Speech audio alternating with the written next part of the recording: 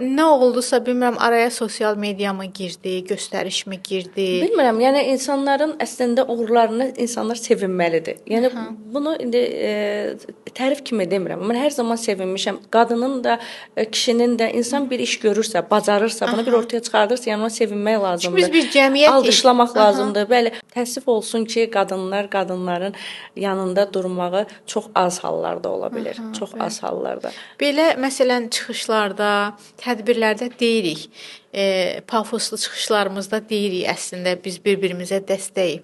Amma mənim özümün öz təcrübəmdən yola çıxaraq deyə bilərəm ki, qarşılaşdığımız o reallıqda o dəstəyi görə bilmirik. Bir-birimizə o dəstəyi görə bilmirik. Amma biz sosial varlıq olduğumuz üçün, biz bir cəmiyyətdə yaşadığımız üçün düşünürəm ki, bunu aşmalıyıq. Çünki bu gün sizin yaxşı işinizin bir ucu mənə toxunur, mənim yaxşı işimin ucu bir digər xanıma toxunur, bir bəyə toxunur, bir ailəyə, bir uşağa toxunur. Məsələn, siz yaxşı bir inkişaf mərkəzi olmasanız, mən kimə güvənib evladımı əmanət edərəm, o kimə güvənib əmanət edər. Bu şəkildə biz paylaşırıq, bu şəkildə biz böyüyüb inkişaf edə bilirik və əsl inkişaf da mənə elə gəlir ki, budur. Bir də onu qeyd etmək istəyirəm ki, bugün mən bir inkişaf mərkəzinin rəhbəriyəm və mənim kimi inkişaf mərkəzləri, bağçalar ərsəyə gətirən xanımlar, bəylər vardı ki, çox istəyirəm ki, biz əlaqəli olaq. Biz bir-birimizə bildiklərimizi ötürə bilək.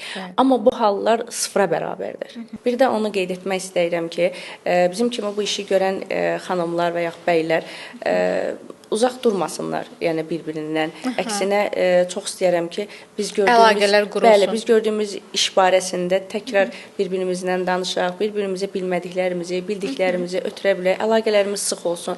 Bu hallar bu zamanda çox əksinə soyuqdur, amma heç istəmərəm, yəni soyuq münasibətlər olsun.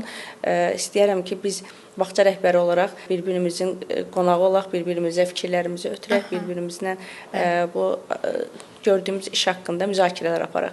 Çox az hallarda baş verir bunlar, amma mən çağırış eləyə bilərəm bu haqqda. Bəli, elə buradan da bir çağırış kimi olsun. Çünki əgər hədəf inkişafdırsa, hədəf safdırsa, mənə elə gəlir, birləşmək daha xoş nəticələr, daha xeyirli nəticələr verir. Mən sizə təşəkkür edirəm, Lamiyə xanım. Bizə zaman ayırdınız, bu qədər işinizin arasında bizimlə həmsöhbət oldunuz.